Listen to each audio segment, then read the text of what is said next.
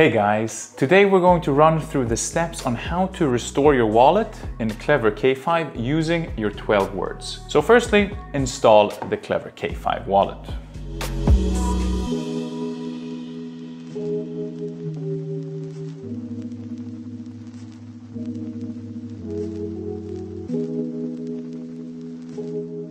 Second, open your Klever wallet and agree to the privacy terms. Third, hit the option Restore Wallet. Fourth, choose your 6-digit PIN code and confirm.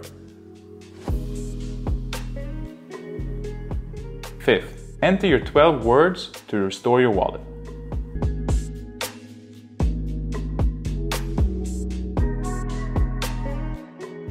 When entering your 12 words, make sure that they are in the right order. And when done, click Continue. Here you can increase your security by activating biometrics if you so wish. You've now restored your account. All of your main wallets of each blockchain are now restored. If you've created additional accounts in your previous wallet, watch the video on how to add those additional accounts easily. Have a great day.